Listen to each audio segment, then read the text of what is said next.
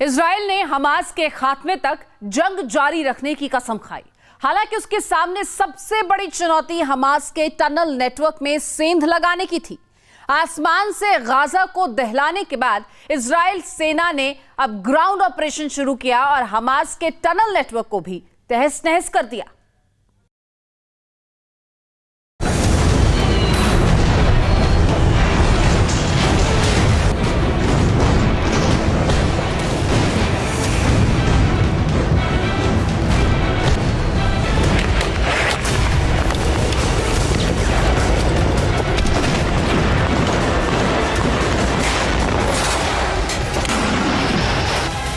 Gaza की धरती के नीचे हमास की वॉर मशीन को इजराइल ने उड़ाया।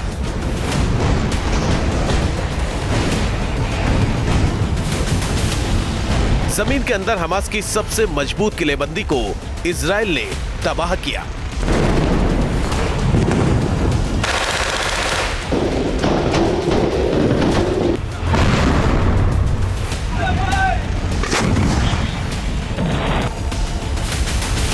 गाजा की जमीन के नीचे कई किलोमीटर तक फैला हमास का टनल न सिर्फ उसके कमांडर्स को वर्षों तक महफूज रखने में कामयाब रहा, बल्कि इन्हीं टनल से उसके आतंकियों ने इजरायली सेना पर कई बार जानलेवा हमला भी बोला।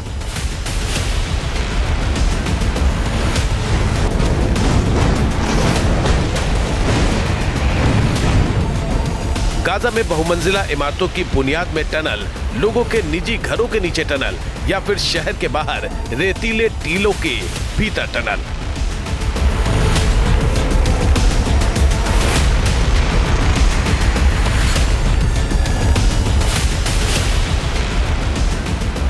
पिछले एक साल में गाजा में इजराइल का सबसे मुश्किल ऑपरेशन इन सुरंगों के भीतर जाकर हमास के आतंकियों को दबोचकर 7 अक्टूबर का इंतकाम लेना रहा है।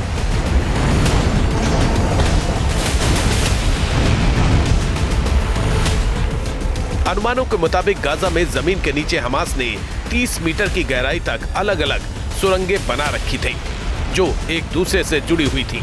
इनकी कुल लंबाई 500 किलोमीटर तक हो सकती है। कई सुरंगों का रास्ता गाजा के घरों के बेसमेंट से होकर जाता था। इन सुरंगों में मस्जिद, स्कूल या किसी सार्वजनिक स्थानों से भी प्रवेश किया जा सकता था। हमास ने इन सुरंगों में ही कमांड सेंटर और कंट्रोल सिस्टम बना रखे थे।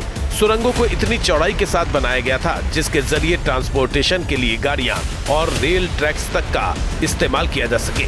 कई सुरंगों में हमास ने बेडरूम, किचन, टॉयलेट और वर्कशॉप भी बना रखी थी। 7 अक्टूबर को इजराइल पर हमला करने के बाद हमास के आतंकियों ने इन्हीं सुरंगों में बंधकों को छिपा कर रखा था। पिछले एक साल के दौरान इजराइल ने हमास की सुरंगों को 2 तरफा हमलों से तबाह करने की कोशिश की है। पहले तो इजरायली एयरफोर्स ने एयर स्ट्राइक के जरिए संभावित सुरंगों को टारगेट बनाते हुए उन पर ताबड़तोड़ बमबारी की और फिर जमीन पर ऑपरेशन को अंजाम देते हुए इजरायली सेना ने सुरंगों के भीतर जाकर हमास के कई आतंकियों को मार गिराया। इजरायली सैनिकों ने टनल के भीतर उतरकर चप्पे चप्पे को खंगाला और जहां भी हमास का एक भी आतंकी दिखा उसका सफाया कर दिया। हालांकि कहा जा रहा है कि इजरायली सेना को अब तक हमास की सिर्फ 5% सुरंगों को ही तबाह करने में कामयाबी मिल पाई है। पिछले महीने जब हमास की 1 किलोमीटर लंबी टनल की तस्वीरें सामने आई तो हैरानी और भी बढ़ गई। टनल में कई कमरे बने हुए थे। यहाँ से हमास के वो अत्याधुनिक उपकरण भी जब्त किए गए जिनका इस्तेमाल इजरायली सेना के ऑपरेशन को कुंद करने के लिए किया जा रहा था।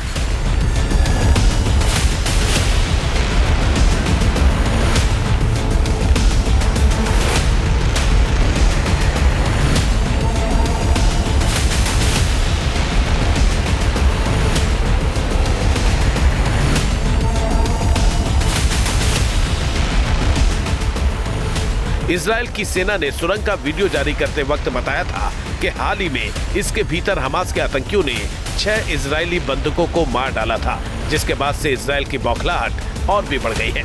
इजराइल मानता है कि अभी भी कई सुरंग बेहद कारगर हालात में है और हमास इजरायली सीमा से लगे इलाकों में टनल के रास्ते फिर से हमला बोल सकता है।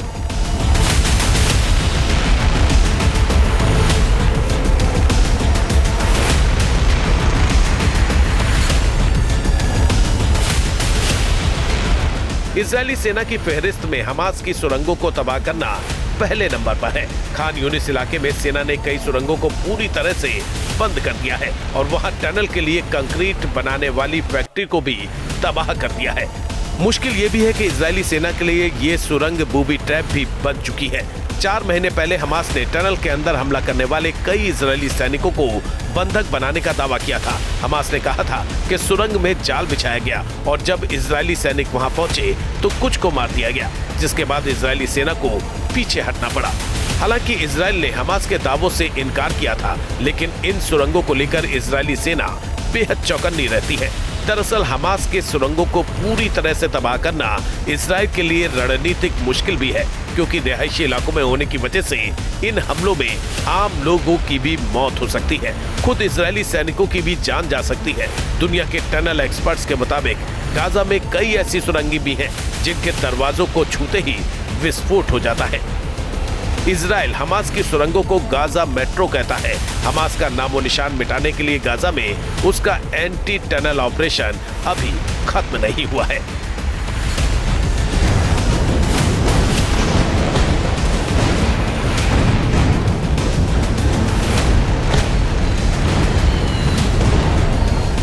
न्यूज नेशन अब व्हाट्सएप पर खबरों की ताजा अपडेट के लिए न्यूज नेशन के इस QR कोड को स्कैन करें।